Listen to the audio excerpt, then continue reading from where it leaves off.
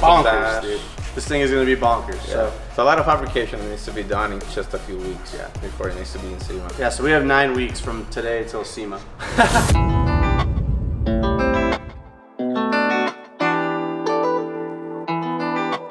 Quinn and I are going to start tackling this sunroof. It's going to go back in our car. Now we know the movie car didn't have a sunroof. It had a roof scoop, a non-functioning roof scoop, we should clarify. And that's because the owner of that movie car actually liked the old Mercedes GT car, which had this like roof scoop in the center. They emulated that when he built his car, and then when it was chosen for the movie, it remained on the car, which is pretty cool. But for a modern build, we thought the sunroof was more fitting than a useless air vent that didn't do anything. So we're putting that back in, and Quinn found this really funky area in our molding. Now Quinn and I are going to install it so that our sunroof seal is brand new. We don't have any more leaks. Quinn, let's get on to the sunroof. I'm excited. Old moldings is not a good look. This fresh black. Oh, hey, nice shirt. Oh no! Look you at it. Come here, Ricky. We did not. Come on. I blame Nate. He said, "Where are your?" Because I'm filming. Look at these guys. Nate, it's your fault, Nate. Hey, get over here, dude. No, guys. no, We're working here. Look at that magic. Look at that nice rust. Look at these guys. Some good rust.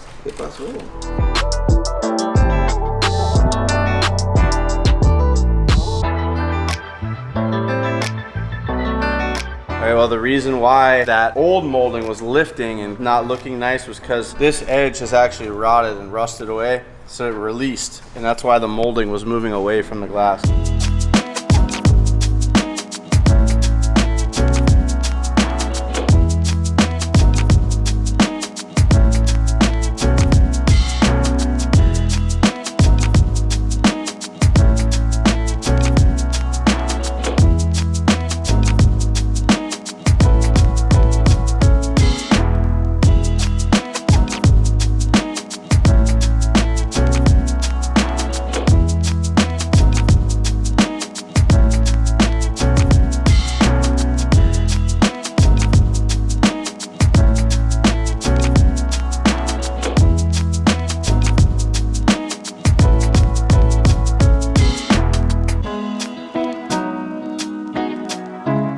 Just reassembled all this, finished painting it. I pulled off one of the brackets and painted it.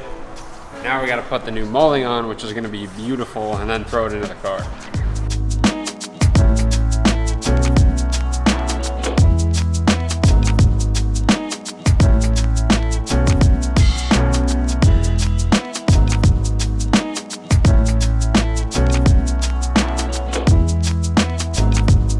While Quinn's knocking out the sunroof, I'm just getting our doors reassembled. So the body shop actually, because they went so extensive with the paintwork in here, they actually removed all of the window tracking, the motors, the harnesses, the levers, everything, so that they could get as detailed as possible on these door skins, which is a blessing. Definitely, I think next time we'll disassemble this, because right now we're kind of flying blind here. I never have done a set of these doors before, so just kind of figuring out where the tracks go. The issue with that is a lot of times there's an order, a process that you have to do in order to get everything to go in properly. So it's kind of a trial and error. So this is the first door I'm doing. So putting the front and rear tracks in, gonna go ahead and move on to the electric mechanism now, and then we'll see about sliding a piece of glass in and getting it bolted in.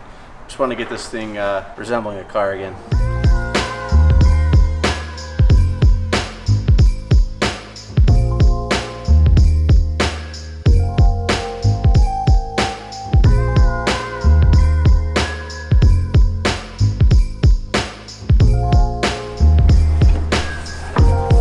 Ta-da! Now we get to wrestle this thing in the car.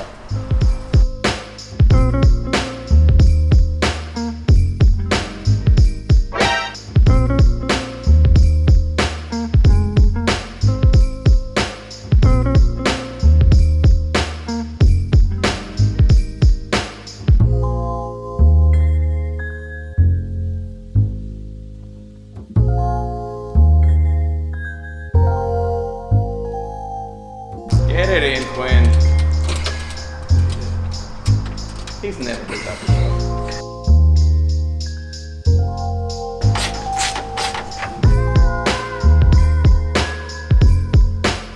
That's it. Car's done.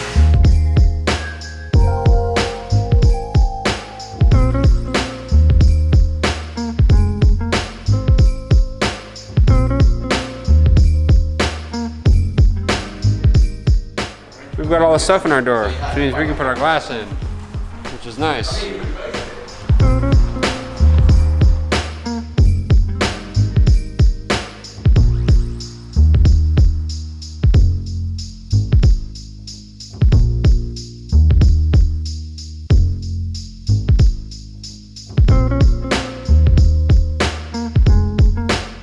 Now we've got some trim, some window buffers that are gonna hold it in place. And then we're gonna see if it works, which we don't know if it will because we don't have a body control harness in this, so we won't know if it works for a while. But it worked last time, right? The windows worked on this originally? Good. That should be fun.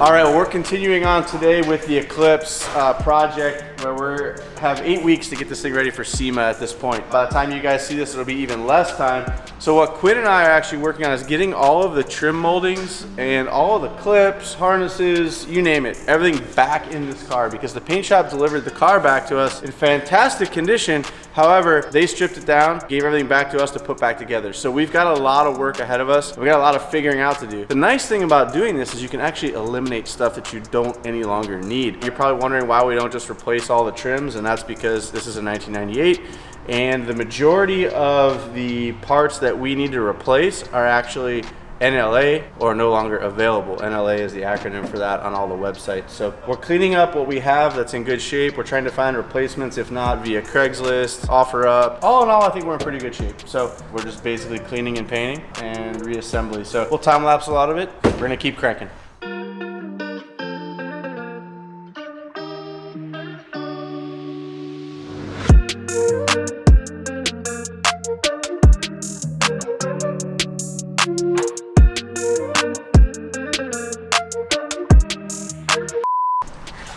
You're live and rolling, Mick. Don't look at him so menacing, man. Sup? Sup. What is in the box, Mick? It's There's a a glizzy lot. in a box. There's a lot of tubes and glizzies. A lot of tubes and glizzies? Yes, sir.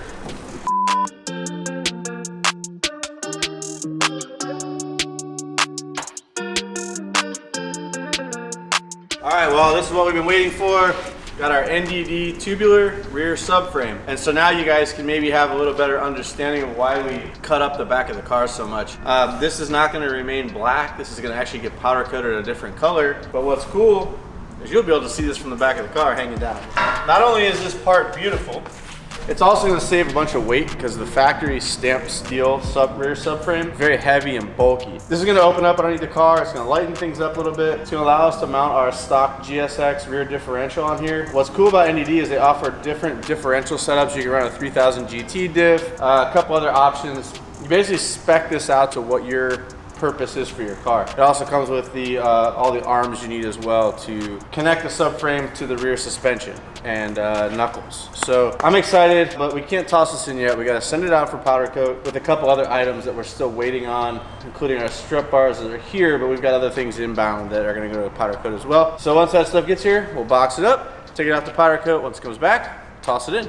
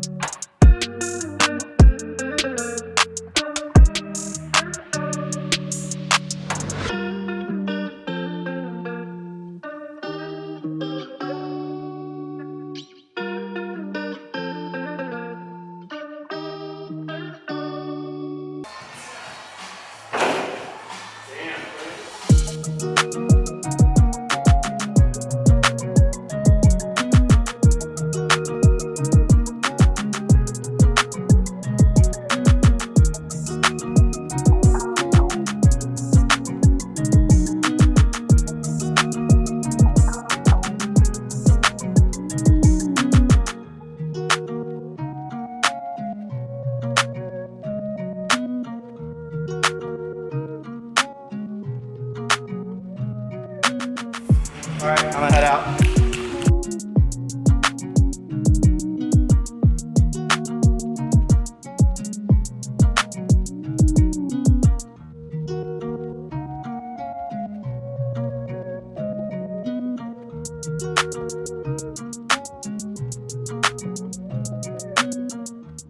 I need this because we have to put this in a car. It is no longer the showroom piece, which is unfortunate because it was a beautiful showroom piece. Now it has a purpose. It's got to go in the car. You got to go fast.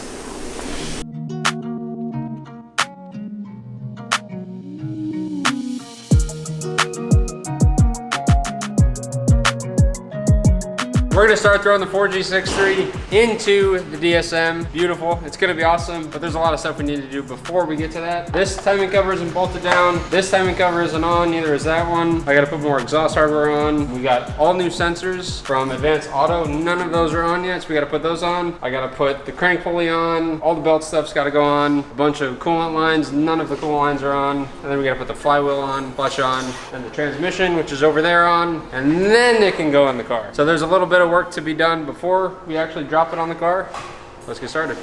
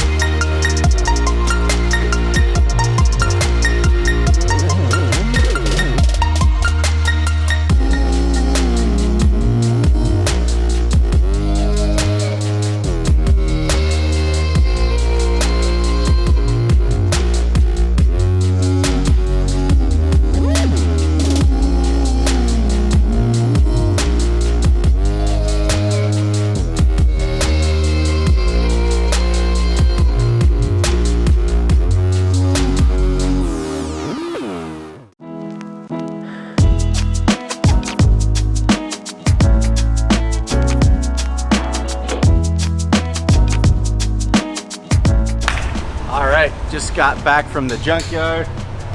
Actually, I lied. I went to the junkyard yesterday, but grabbed some epic unicorn poop. That's what I call this stuff. So I was able to find 2 second-gen Eclipses at the junkyard this weekend, literally 10 minutes from my house. And one of them had a black interior, which is amazing. Found some fake spoon mirrors in the junkyard.